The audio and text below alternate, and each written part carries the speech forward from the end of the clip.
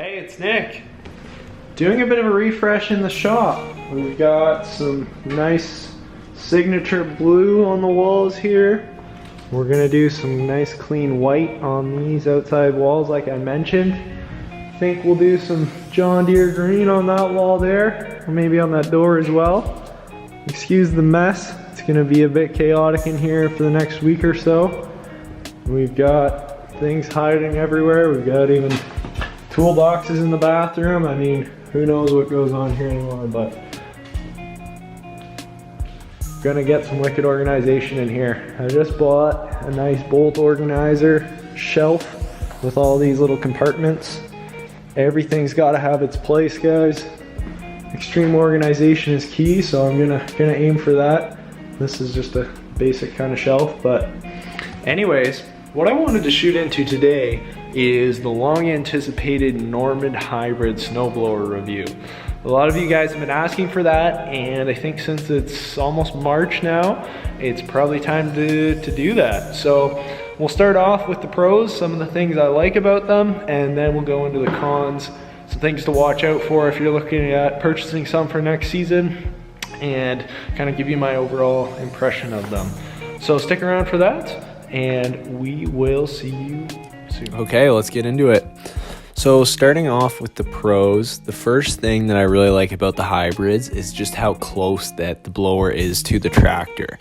And if you haven't run a snowblower or a similar attachment on a tractor, you wouldn't realize the difference that it makes just having it that close to the tractor. Because the farther back you are, the farther that your implement is extended, just the more wear and tear it puts on your 3-point hitch. It's just bad news all around. Not to mention having a nice tight compact unit is improves your turn radius, all of that good stuff. But the biggest thing is it helps with, there's just less bounce on the rear end, less wear on the components, and it's just all around a good thing. And with that, another advantage you get with it being so close to the tractor is your visibility behind the blower is quite good. We still added some little orange plow markers on the corner of the blowers, but you don't really need them. They're nice for seeing when you're getting right up close to a garage door. It just makes it extremely visible, but you can really see right over the back of the blower, and it's pretty key to have that. So that's definitely a positive of the Norman. Another thing I really like about these new hybrids is the sides are very long. And the advantage with that is, say you have a property where you're going down between two houses and there's nowhere to blow the snow. You can drag it out, and it has a fair bit of capacity, so you can load it up with a good bit of snow, pull it out to the front yard, and then blow from there. And as far as I know, the Norman probably has the best capacity of any blower out there right now, so really appreciate that.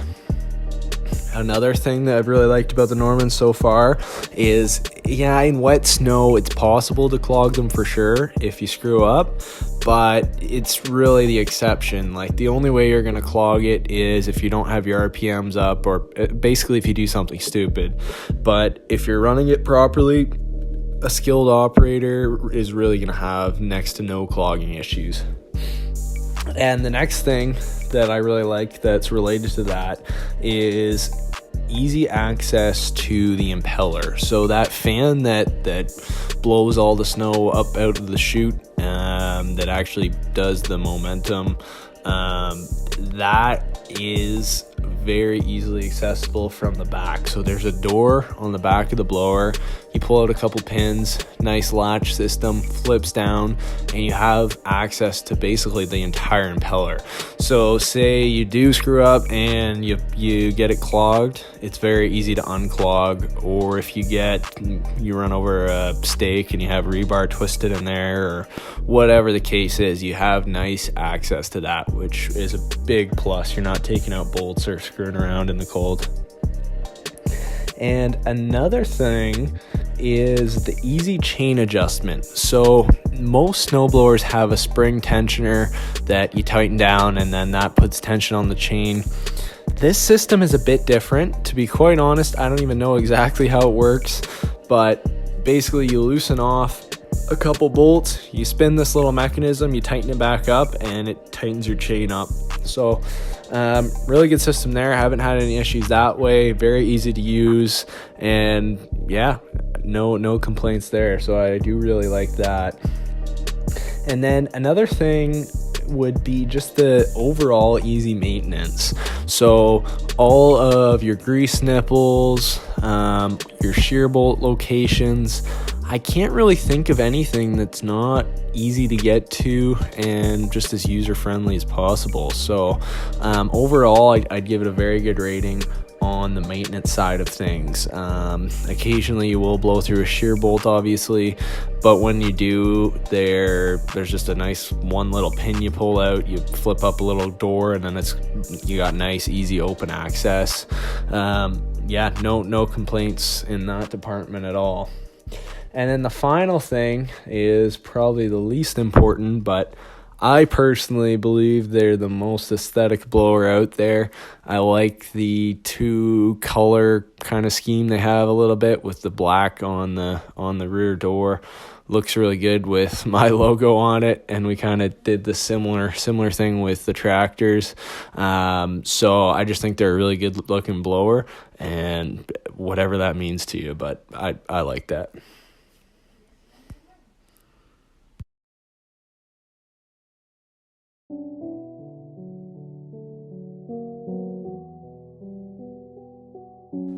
Now getting into the cons for the Normant.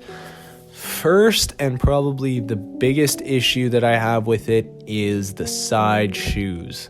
So those little black floating pieces that are meant to help contain all of the snow. If you own one, you know the issues with them. First of all, they have this spring down pressure system, and it's just total crap. So out of 10 blowers, I think we have maybe 5 springs left in total, and there's 2 on each blower. Like, every single one of them breaks off just because it's a bad design how the metal's rolled.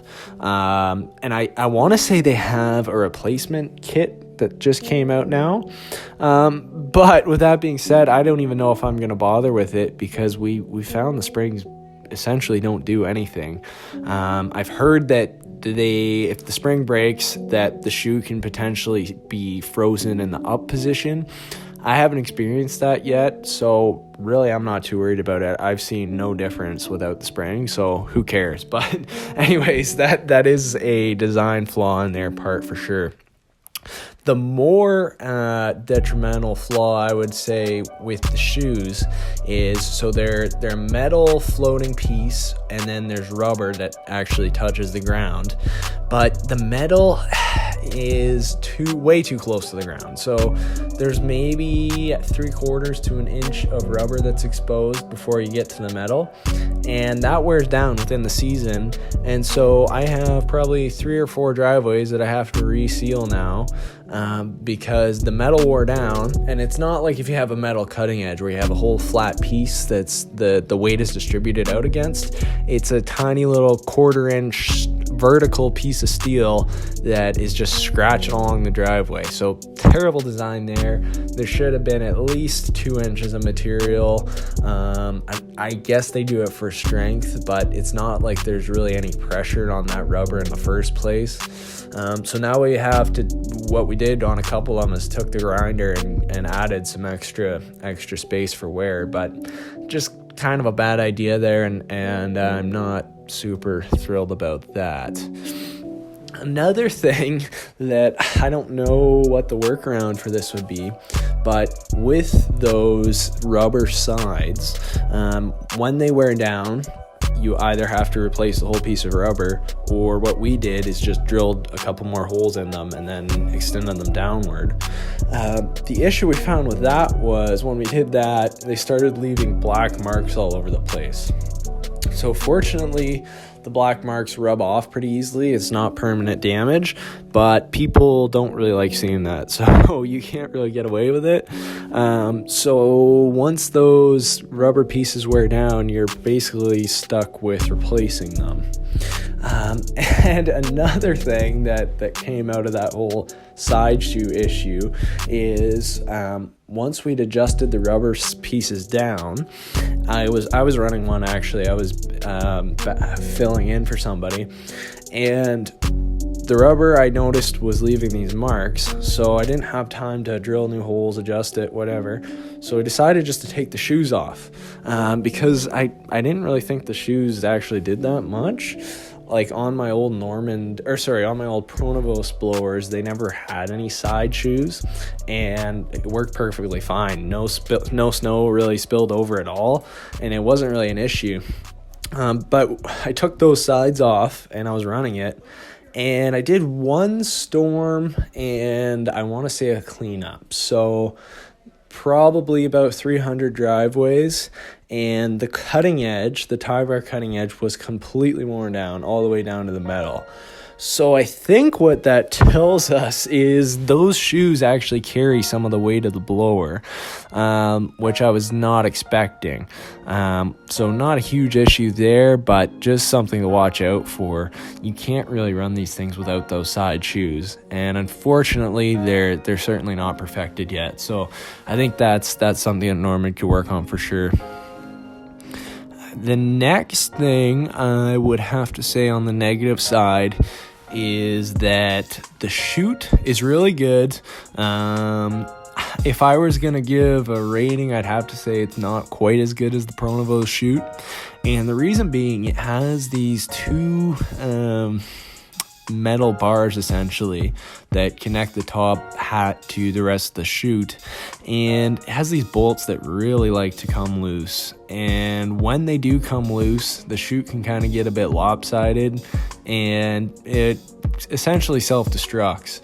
So the one side gets kind of loose, and then with the hydraulic pressure it sort of folds in on itself, and then it ends up bending out one of those metal bars.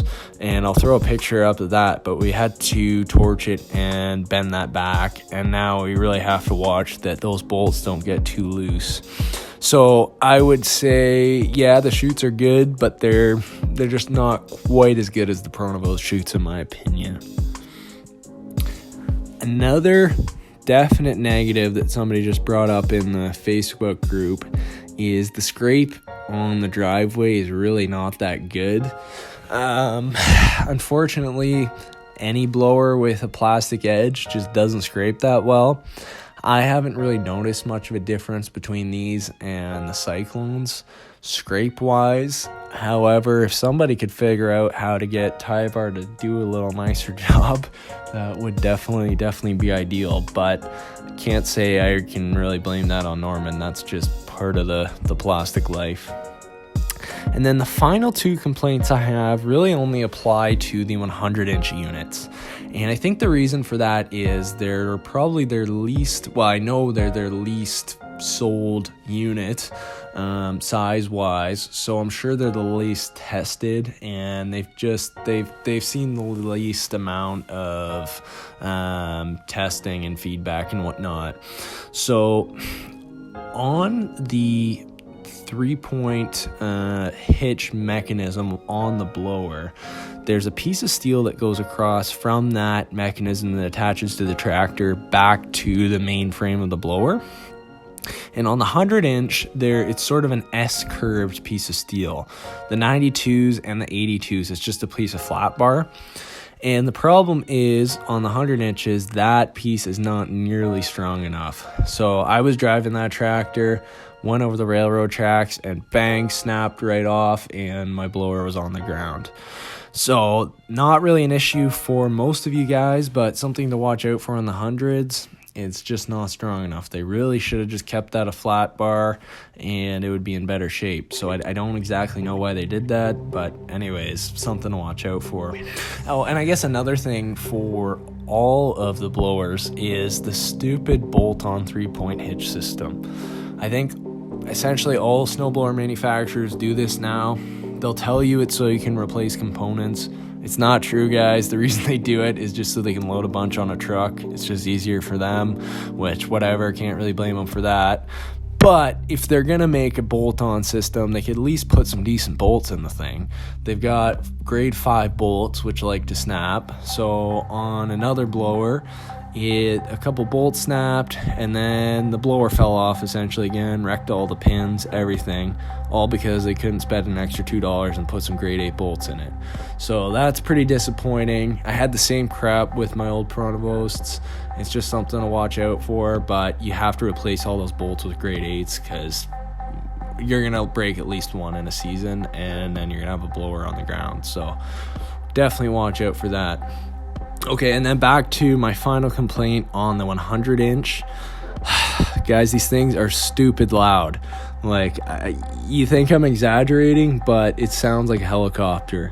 Like, I don't even know what the decibel rating on these things would be. I'll throw a clip up, but it just whines and whines and whines. It's really, really bad. And the reason that it does that is because they overbuilt it a little bit, and they put something called a T100 chain rather than the T80 that the 92s and 82s have. So it's a much heavier chain, which makes a heck of a lot more noise. So super annoying. I've had complaints about it. It just drives me nuts every time I hear it. It's just crazy. So this summer we'll probably end up replacing the sprockets and chains with the T80s. So that'll probably be like a $500 job. I'm not too worried about it, but I'm going to talk to Norman for sure, and I think they need to put a slightly smaller chain on there, because if you're trying to do residential with these things, the noise is just unacceptable. It sounds like an industrial blower. Like, it's really bad. That's really all I can think of so far for the negatives. If you have anything that I missed, put it in the comments. Anything else you'd like to hear about, I'd be happy to address. Anything you've experienced. Overall, I would definitely recommend the blowers. I would say they probably have the best value out there right now for what you pay compared to what you get. That's really where they have a key advantage. Compared to the Pronovost pricing, at least in Canada, they're just much more competitive. That's really why I switched from the Cyclones. Didn't really have any big complaints with the Cyclones. It was just the numbers did not work compared to these things. So overall, really happy. Like I said, if you have any questions, you can either comment, or the best thing is to join my Facebook group. It's called United Snow Pros. Ton of value in there, guys. I should be charging you an entry fee, but it's a free group.